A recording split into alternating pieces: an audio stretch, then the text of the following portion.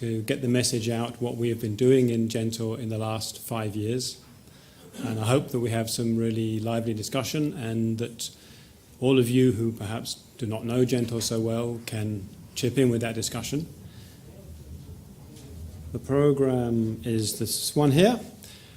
So we start off with 3 presentations from some of our young scientists showing sort of hot topics that they've been working on. Get the message out what we have been doing in GenTore. We then have a session with, and I hope that we have 4 presentations where we've tried to bundle together all of you who the different themes that GenTore has tackled, chip in with that discussion, and how we've contributed to those. With respect to is this one here, future safeguarding. So we start off with 3 presentations from some of our young scientists showing, and then we have get the message look towards the future because there are other projects. We then have a session with, and I hope that we have 4 presentations where we've tried to bundle together. And then we have a panel discussion to be able to really throw backwards and forwards all of the issues that come up today.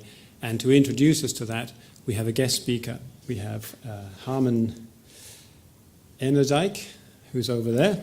I'm sorry if I mangled your surname, who will tell us a little bit about how he approaches cattle production, cattle breeding today, and that will bring us into a good discussion, a good stakeholder discussion at the end. So thank you, everybody, and I hope you have a great afternoon, and I will hand the floor over to our first of our young speakers, Albin Bouquet. The floor is yours, Albin.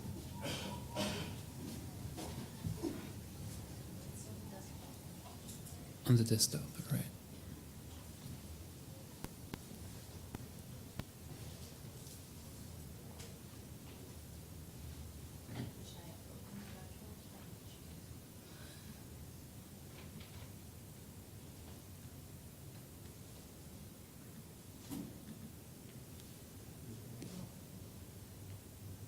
Oh no, this is not mine, I'm sorry.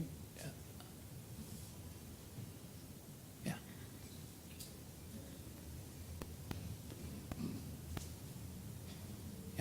So my name is Albin Bouquet and I'm a postdoc researcher at Aarhus University. So my contribution to the GenTore project was to provide breeders with new tools to predict the future performances of their cows in future environments. This project was a collaboration between Aarhus University, Viking Genetics, and INRA. So resilience and efficiency are 2 important attributes for the cows of tomorrow. Cows must be efficient to lower the environmental impact of the dairy production, and resilience also to face more uncertain environments. In a first study, we showed that it's already possible right now to select for more resilience in today's conditions. So this is feasible based already on indicators that are already available now, but this implies less genetic gain on milk production, although we can expect some more progress on functional traits. So this selection for resilience on today's condition with a bit less progress on milk can be seen as an insurance premium that will be paid back if the environment gets more perturbed in the future.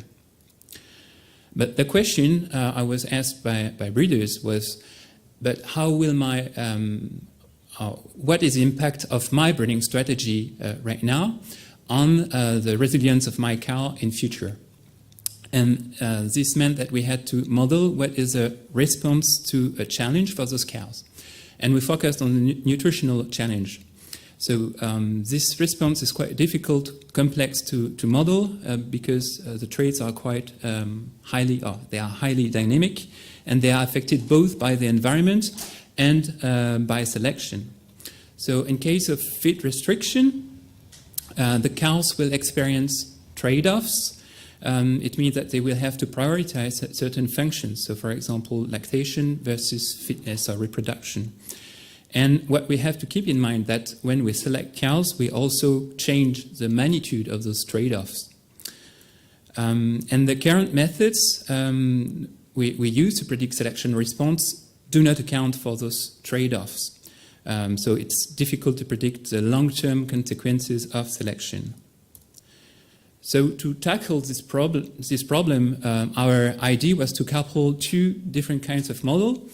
One mechanistic model that was developed within GenTore that was used to simulate some performances and the potential trade-offs of cows before and after selection, based on two important things: their genetic makeup and the environment.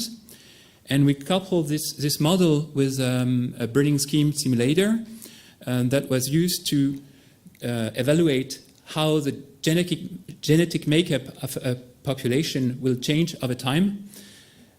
So for those interested in, I will present this method tomorrow at the WC Galp. Just to show you the benefit of the approach compared to the standard approach, I will present you a small case study.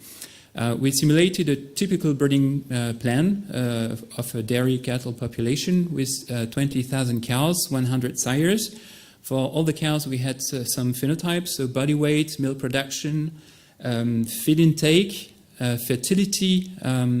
It was the interval between first AI and conception, and lactation efficiency. And we had also information for two resilience indicators, which is the level of body reserves and lifetime efficiency.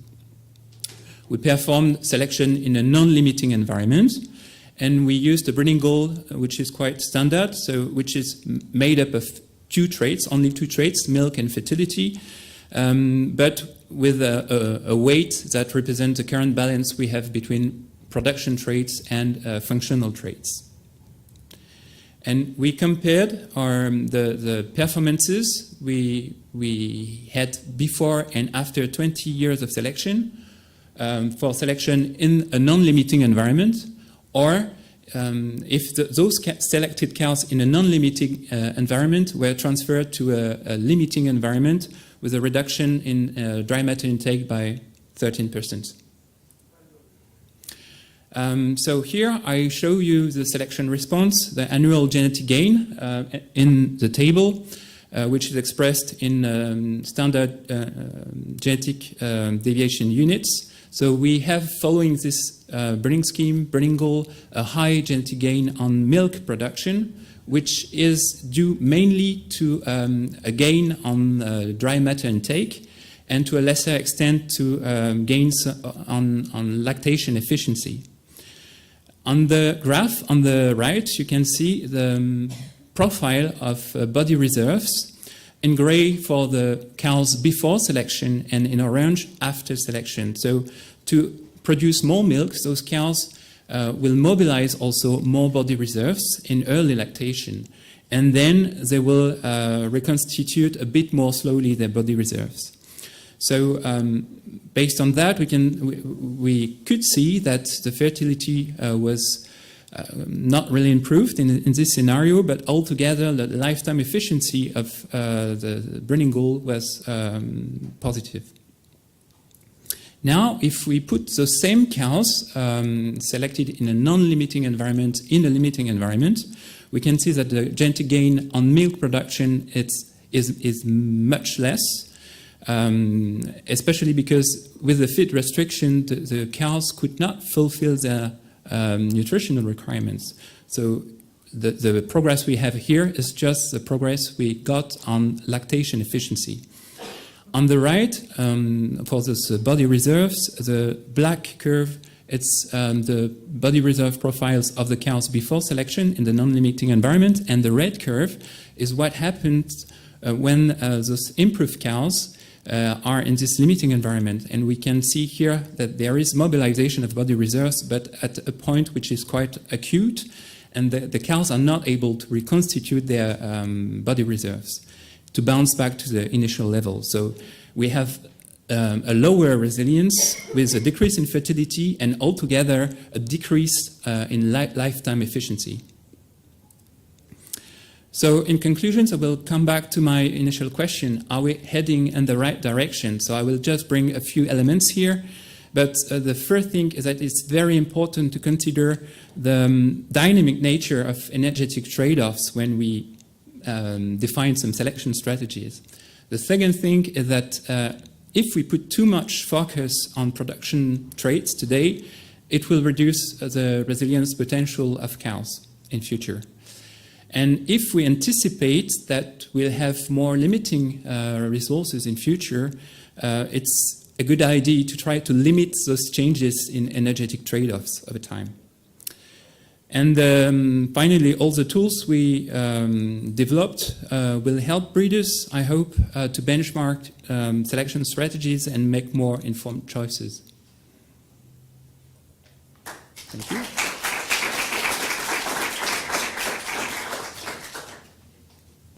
Thank you, Alba. So the format for this first part was to run through these 3 presentations straight off. So keep your questions if you have any for later. So next up is Harriet from SRUC. Gosh. Over to you, Harriet. Thanks.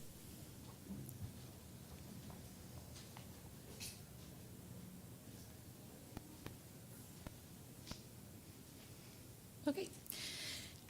My name's Harriet Bunning. I'm a researcher at SRUC. And today I want to talk to you a little bit. We'll move from kind of dairy to beef cattle and talk about how we can look for genetic variants in terms of resilience to climate effects on beef cattle. So there's obviously lots of routes we can go down when we look for genetic variants, but a good kind of basic place to start is to look for variation between breeds. So that's what I'm going to talk about today. And I wanted to look at variation between these different breed types. So for those who might not be common with this way of classifying breeds, I classified all of the animals that I'm going to talk about today into either British beef, so these are things like our Aberdeen Angus, our Hereford breeds. This is actually a Ling heifer in the photo here, so kind of native hill breeds to the UK environment. Continental breeds, so things like Charolais, Simmental, and this is a Limousin heifer. And then also, as we know, a lot of our beef comes from the dairy system, so I also wanted to include those breeds as well. And when we think about the resilience of these different breed types, we might already have some kind of preconceptions. In the UK, the word hardy is thrown around a lot when we talk about kind of our native British breeds. So perhaps we might expect them to be more robust, potentially more resilient. They're supposedly well adapted for the UK climate, so are we going to see that the continental breeds might be less well adapted, and how does that impact the resilience? And then when we're looking at dairy, there's a lot of discussion about kind of dairy cattle being under higher metabolic stress. How's that going to kind of translate in terms of how resilient those dairy animals might be? So the aim of all of this today is to really answer this question: are these different breed groups differently affected by climate? Is there variation in terms of how resilient they are? To help answer this question, I was lucky enough to have access to some really great data sets. Firstly, we have the information about the animals. This is records from abattoirs across the UK, and even after cleaning, I ended up with over 1.6 million animals within my within the database, and these are animals that were alive between the year 2000 and 2019. I have lots of information about these animals, but in particular, the 3 traits I'm going to talk about today are cold carcass weight, so carcass weight, age at slaughter, and then a trait that's simply carcass weight divided by age at slaughter. So I'm going to call that carcass growth rate, but it's worth taking into account.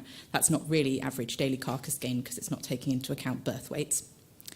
And then we're interested in how those traits are affected by some weather parameters and how that might vary across different breed groups. So to get the weather information for these animals, I had information about where each animal was every day of its life through the British Cattle Movement Service.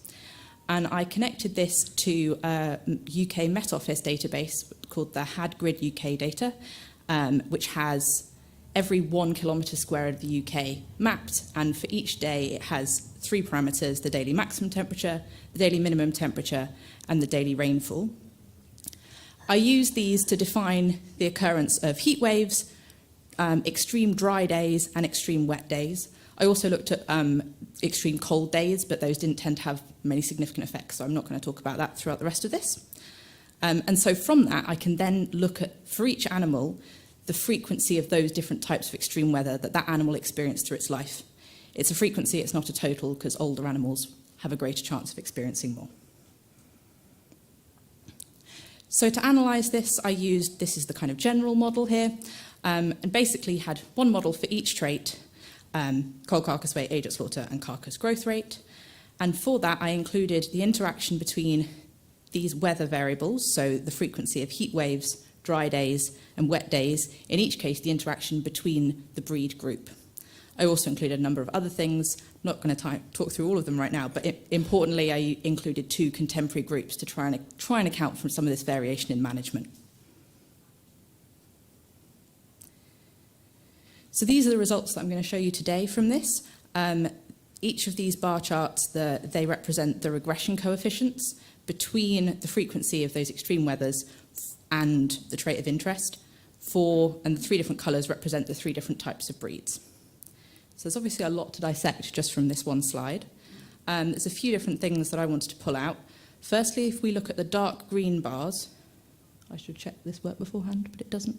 Okay, so the dark green bars, in general, if we ignore that very first one, working across, you can see that they're closer